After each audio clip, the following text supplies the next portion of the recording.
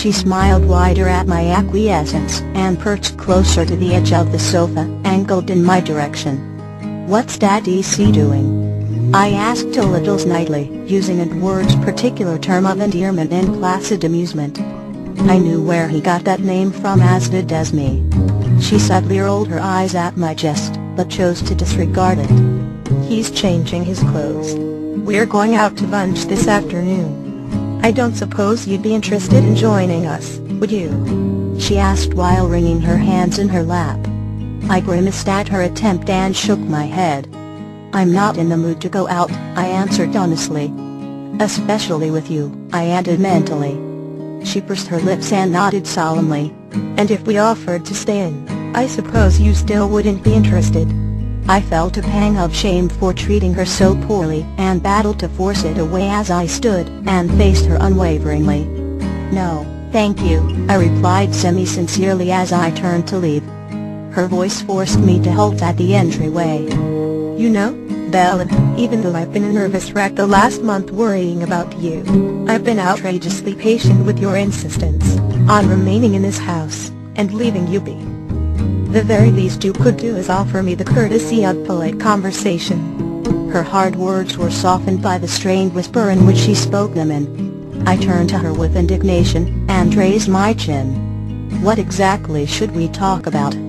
Maybe we should start with your total lack of even attempting to see me. Better yet, we could also discuss the fascist manner in which you single-handedly sought to destroy my relationship with Edward. Then again, that's not very polite conversation, is it?" I sneered as my fists clenched at my sides, as me balking at my callous tone. Her eyes grew wide and embarrassed, and I thought I may have heard her sigh as she pushed her hair behind her ear and shifted her gaze to her lap. "I know I made some poor choices when I forbade you from seeing Edward. I'm very sorry that I wasn't more rational, but I promise that I'd realize that it wasn't my shining moment. I hope you'll forgive my failures and recognize my good intentions, however," she whispered while peeking at me through her lashes imploringly. I clucked my tongue and crossed my arms over my chest sourly. It just wasn't as satisfying when she talked like that. Not at all satisfying. I could have continued berating her for it, but her agreement just ruined the pleasure of doing so. "Peanut butter and jelly," she abruptly whispered, smoothing out the invisible wrinkles in her skirt. "Excuse me?" I scoffed, shifting from foot to foot. She met my gaze and lifted her own chin in return. "Last night you ate peanut butter and jelly." She rose from the sofa and put her hands on her hips. "You had a glass of milk and took a shower this morning at 7. Thursday night, you had tuna salad for dinner. You wore your blue sweater yesterday morning, didn't wash your hair, and scraped your elbow sometime between then and now. You didn't use a band-aid, but you did apply ointment." She stepped closer, eyeing the small scrape on my elbow that resulted from a minor mishap on the balcony, and continued, "You got approximately 3 hours of sleep last night, only 1 the night before, and 2 on Thursday. Wednesday night, you didn't sleep at all, and spent 20 minutes in the kitchen deciding if coffee would disagree with the frozen pizza you were cooking. Your cycle is regular. You're not gaining weight, but you're not losing it either. When you do sleep, you sleep with the light on, farthest away from the door, on your side facing the wall." She stopped in front of me and quirked an eyebrow before adding, "Oh, and right now, you have a headache, because you haven't had any caffeine since yesterday evening." I gaped rather unabashedly at the accuracy of her statements, though I was admittedly a little freaked out. "Are you like spying on me, or something?" I asked incredulously. She threw her head back in a soft and musical giggle before shaking her head. "I'm not spying, Bella. You're my responsibility. Did you honestly think I'd just abandon my duties of ensuring your welfare?" she asked, tilting her head. When I didn't answer, she continued with an air of wisdom, "If I thought for 1 second that you weren't perfectly safe staying in Carlisle's home, I would have intervened without hesitation." She shrugged and made her way back to sofa, sinking into it with a smug expression as she grinned at me. "I'm a mother, dear. Just because you don't see me, doesn't mean I can see you." She winked and picked up her magazine, returning to her casual perusal. How I trailed off questioningly, and she simply smiled without meeting my gaze. I spend many nights sleeping here, and checking on you. Carlisle, Rose, and Alice also give me updates when I ask. She spared me a glance from her magazine, before adding in a mumble, I keep some spare clothes in the third-floor guest room that I ask Rose to bring you every now and again. Alice sleeps there sometimes when I'm not comfortable leaving her home alone. Though, I did ask her to keep it between us and give you space, so don't be cross with her for not telling you. She licked her finger and turned the page of her magazine nonchalantly. You should go see her sometime, perhaps, she mused while softly furrowing her brow at the page. I was fuming by the time I finally reached the fridge and snatched a can of soda from the top shelf. It seemed like everything was a total ruse. All this time I'd been led to believe that I was being entirely independent, yet everyone had been helping as me keep tabs on me. Her admission of knowing every little thing I did annoyed me to no end. I mean, I wasn't even keeping track of my cycle, and yet somehow she knew whether or not it was regular? It was disgusting and meddlesome to a disturbing degree. It was infuriating to know that she had been observing my every move so intently. It was creepy and intrusive and so overbearingly motherly. I desperately suppressed the annoyingly involuntary smile that tugged at my lips as I climbed the steps to the third floor. Dr. Carmen chuckled, throwing all her black and glossy hair over her shoulders. She's right, you know, she added once she regained her composure. A mother always knows. She sighed and began writing once again. What's it like now, then? She asked without shifting her gaze from the paper. We don't ignore each other, but we don't go out of our way to speak either, I added in response, remembering our brief interactions throughout the mansion. I had no way of knowing how often Esme stayed, but I got the feeling that it was frequent. If anything, I at least found comfort in the fact that Carlisle had somebody. Of that, I was thankful. Especially now. I'd been concerned when they didn't plan a 4th of July shindig, like I'd known they'd had planned since New Year's. I'd wondered what the cause for it was, me or Edward.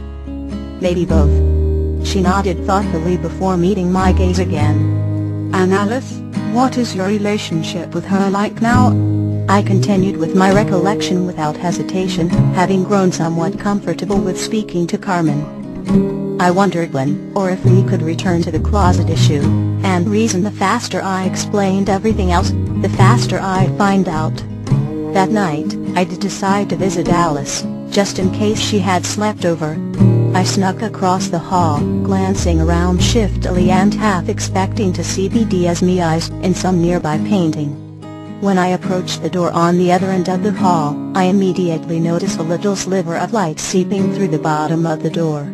I smiled as I approached, and was momentarily startled by the minute and rare spark of giddiness that rose in me. Alice had given me space, and in all honesty, I hadn't spent but maybe 5 total hours in her presence since the summer had begun. Rose was a good friend, and very easy to talk to, but I missed spending time with Alice, and her infectiously excitable demeanor. When I thumped on the door quietly, I was stunned at the speed in which it flew open. Alice stood in the doorway with a huge grin, and bounced on the balls of her toes before I basically flung myself at her. She giggled, and returned the embrace with enthusiasm. You have no idea how hard it is to give someone space when you're only 30 feet away, she exclaimed as she released me, and ran to the bed with a flop. I felt guilty for avoiding her, and I frowned down at my shoes in shame as I told her so. PSSSH. She waved her hand in a dismissive gesture, and patted the space beside her. I was thinking that space actually meant if you leave her alone now, then later you can try out the summer hair trends on her, and she can't get upset. She snickered with a glint in her eyes as I joined her on the bed. I rolled my eyes and lay down facing her with my head propped up by my elbow. Hair guilt? Divine, I sighed, but my lips were twitching in comfortable amusement, and I'm pretty sure she saw it. Don't be so solemn now, she hissed as she mirrored my pose, and added with a grin, I'm growing my hair out this summer, honest to God. Nothing can make me cut it. I chuckled at her determination, that always seemed to waver once it reached her shoulders. We spent hours talking about various things of no consequence. She wanted longer hair, and she wanted to try out new things on mine. And I grudgingly gave her a pass, because she was right about me being easily guilt-tripped. By 3 a.m., she was yawning uncontrollably, and I put my foot down on our meeting so that she could rest. Wait. She grabbed at my elbow as I went to lift myself from the bed. I quirked an eyebrow quizzically at her frantic expression. You'll come back, right? Maybe we could hang out tomorrow, or something? She asked with a hopeful gaze that made my guilt swell. I nodded, and assured her that I'd be as pretty, as she called it, before retiring to Edward's room. I began feeling this odd sense of total alienation from those around me, and I couldn't quite place why. I mean, yes, I had been spending copious amounts of time locked away in Edward's bedroom while I waited for him to return, but seeing Alice basically beg for my attention gripped me in the most painful way. Even as me was waiting around for me to regard her. They both basically abandoned the comfort of their home to ensure my welfare in this one. It didn't seem fair to them to stay and allow it to continue. I sighed as I leaned my head back against the chair. Alice and I did spend more time together now, but not as much as we used to. She wouldn't make me talk about Edward or his mother, and usually kept our interactions light-hearted and sisterly. I feared I was taking her companionship for granted, and the notion pained me. Another startling issue that had come to fester over the months was my total lack of human touch. No one touched me, because men couldn't and women didn't think about things like that. I'd had this issue before Forks, before Edward, but now that I knew what it was like to feel real, honest affection, I knew what I was missing and I craved it.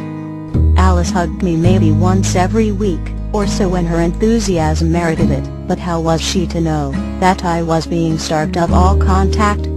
She couldn't have known something like that, and I found myself doing unusual things when she was present, grabbing her hand, brushing her shoulder with mine, or just generally touching something with a pulse for once. She never questioned my casual and affectionate gestures, but I was afraid I'd start creeping her out soon. People just don't realize how vital the human touch can be. Edward used to touch me affectionately every day. I could feel the warmth of his love, and the comfort of his tenderness through his electric flesh. Now I was entirely void of affection, and it made me feel less than human, completely intangible, like I'd somehow become the wayward ghost that haunted the shadow of his space. But you did stay, Dr. Carmen clarified, and I nodded in response. She seemed confused, so I elaborated with a shamed face, I just couldn't bring myself to leave. Alice kept trying to subdue with my guilt with assurances that she and Esme weren't staying for my sake alone. She insisted that Esme liked staying with Carlisle, and Alice enjoyed her enjoyment. She also enjoyed the extravagant bathroom attached to the guest room, and I was pretty certain that she was making plans to redecorate everything. She hummed in contemplation and crossed her legs under the desk while she wrote. You used the word alienation. That's not feeling. What about this Rose you spoke of before? Aren't you close to her? She asked without meeting my gaze, and I swallowed tightly. The throbbing in my chest grew for a split second and I frowned deeply at my muddy shoes. I whispered in a strained voice, before clearing my throat, and explaining, she and Emmett left for college 2 weeks ago. They'd wanted to get a head start on settling into their off-campus housing at WU. They were both so excited to go. Can I help? I whispered tentatively from Emmett's doorway as he and Rose put clothes into a large cardboard box. Emmett's gaze lurched to mine and widened in surprise. I had never made any effort to approach him inside of the house, but I didn't want to do it alone. Rose was here now, so I was comfortable enough to at least offer my helping hand. Emmett grinned widely and straightened from his crouch, crossing his arms over his broad chest. I'm not sure I'd be copacetic with you throwing out Manuti Mags too. He gazed at me pointedly before emitting a soft chuckle and resuming his position.